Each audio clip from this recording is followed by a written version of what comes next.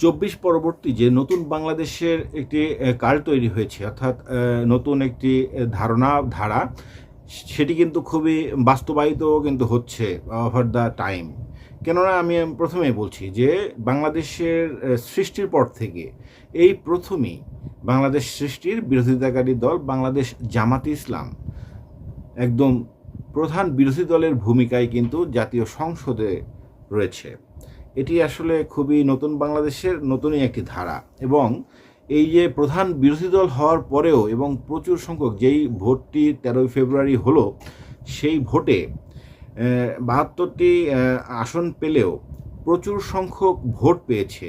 ভোটের রেশিও কিন্তু বিএনপি যে জিতেছে এবং বিএনপি যে মানে 2/3 মেজরিটি, অর্থাৎ 212টি আসন একাই যে পেয়েছে, তো এরপরেও কিন্তু ভোটের যে অনুপাত সেটি কিন্তু আসলে খুবই মানে কাছাকাছি, ঠিক আছে। তো এই যে নতুন বাংলাদেশে নতুন ধরনের রাজনৈতিক বাস্তবতা এবং প্রধান বিরোধী দল হয়েছে বাংলাদেশের যে সৃষ্টি, সেই সৃষ্টির বিরোধিতাকারী দলই। তো এখন প্রশ্ন হচ্ছে, সেই বিরোধী দল হয়েও তারা কিন্তু মানে খুশি না। তারা চায় যে নতুন বাংলাদেশ একদম নতুন বাংলাদেশই হবে। 1971 সালের যে রক্তক্ষয়ী 9 মাসের স্বাধীনতা যুদ্ধের মাধ্যমে, অর্থাৎ ব্যাটলফিল্ডে যুদ্ধ করে যে দেশ সৃষ্টি হয়েছে, তারা এই 24-এর ছাত্র গণ অভ্যুত্থানের মাধ্যমে এই নতুন বাংলাদেশকে ঠিক সেই 9 মাসের রক্তক্ষয়ী সংগ্রামের মাধ্যমে যে আমাদের শাসনতন্ত্র, অর্থাৎ সংবিধানের যে মূল ভিত্তি, সব কিছুই তারা পরিবর্তন করতে যাচ্ছে। এবং এটি নিয়েই সংসদে সরকার দল এবং বিরোধী দল খুবই উত্তপ্ত বাক্য বিনিময় হচ্ছে। এখন আন্দালিব রহমান পার্থ কিন্তু বেশ ভালোভাবেই তাদের কথাবার্তা, তাদের যুক্তির কিন্তু জবাব দিয়েছে। যে গণভোটটা হয়েছে, সেই গণভোট আসলে কি? 84টা প্রশ্নে কখনো পৃথিবীর কোথাও গণভোট হয়?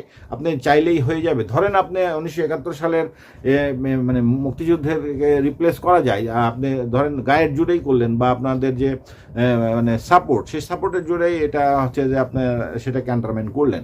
কিন্তু তারপরে কথা কিন্তু এখানে শেষ হয় না। তারপরে হচ্ছে যে গণভোটটা নিলেন, তো সংগতি তো রাখতে হবে। আপনাদের কোনো সঙ্গতি কেন নেই? গণভোট আপনারা 84টি প্রশ্নে হ্যাঁ এবং না এর মাধ্যমে গণভোট পৃথিবীর কোথায় কোন ইতিহাসে রয়েছে? আপনারা বলতে পারেন যে কোথাও নেই, আমরাই করব। আরে ভাই, 84টা প্রশ্নে কেউ যে যারা গণভোটটা দিল এবং সরকারিভাবে প্রচারণা চালালো, যদিও এটি আসলে আইন বহির্ভূত কাজ, এগুলোর জন্য সবাইকে আইনের আওতায় আনতে হবে। সরকারিভাবে কেন একটি গণভোটের হান আছে? এখানে 84টি প্রশ্ন এগুলো করা হয়েছে। এবং এই যে 84টা প্রশ্নের কোনো ব্যক্তির ক্ষেত্রেই কি এই প্রত্যেকটা মানে এগুলো কি কেউ জানে? এবং সবাই কি সব প্রশ্নে কি মানে হাঁ দেবে? কেউ একটাতে দিবে, আর একটাতে হাঁ দিবে, একটাতে না দিবে, এটাই তো সিস্টেম। তো এরপরেও এটা নিয়ে হাউকাও যে আগের সংবিধান সংস্কার করার যে মানে ভোট নিয়েছিল, সেই জন্য তারা বিএনপির যে সরকার দলীয়, তারা কিন্তু শপথ নেয়নি সেই সংস্কার পরিষদ গঠনে। এখানে বিরোধী দল জামাত তো বিরোধী দল হয়েছেই।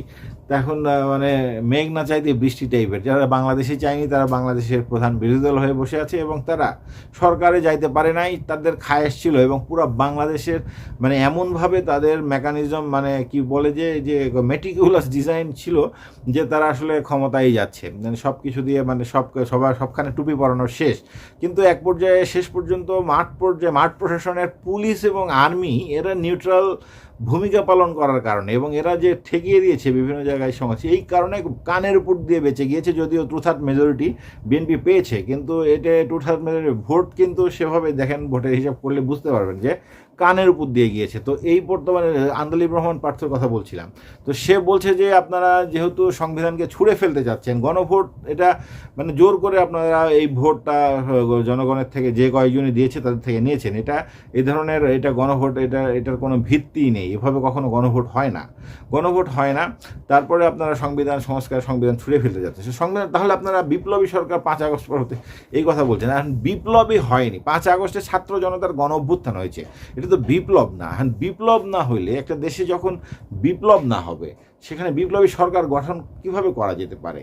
এটি আসলে এখন প্রশ্ন। এখন জামাত তাদের শক্তিশালী বিরোধী দল তারা বিভিন্নভাবে এখন আন্দালিব রহমান পার্থের কথাবার্তার জবাব না দিতে পেরে এই যে আমাদের বিভিন্ন যাদের ইন্টেলেকচুয়াল পোর্শন রয়েছে তারা তার ব্যক্তি জীবন নিয়ে ঘাটাঘাটি করছে। আরে ভাই, ব্যক্তিগত জীবন নিয়ে কেন ঘাটাঘাটি করবেন? আপনারা এই দেশ চান নাই, তারপরে বিরোধী দল হয়েছে। বাংলাদেশে বাঙালিদের যে স্বভাব, মানে বসতে দিলে শুতে চাই, শুতে দিলে হচ্ছে যে আর কি করি, মাথায় উঠতে চাই। এখন এই অবস্থা হয়েছে আপনাদের। তো আপনাদের মঙ্গল কামনা করছি। এই যে চ্যানেলটি আমি চালাইতাম এক সময়, এটা মানে অনেক দিন ধরেই এখানে কোনো কন্টেন্ট দেয় না। এখন থেকে আমি কন্টেন্ট দেওয়ার চেষ্টা করব। এই নিউজম্যান 24 বিডি চ্যানেল হচ্ছে আমার খুব ভালো স্বপ্নের একটি স্বপ্ন ছিল। তারপরেও সেই স্বপ্ন আবার নতুন করে দেখা শুরু করলাম। আশা করি আমার সাথে থাকবেন। আমার সাথে দ্বিমত থাকলে আপনারা জানাবেন, সদরে গ্রহণ করব এবং ভালো গঠনমূলক আলোচনা করবেন।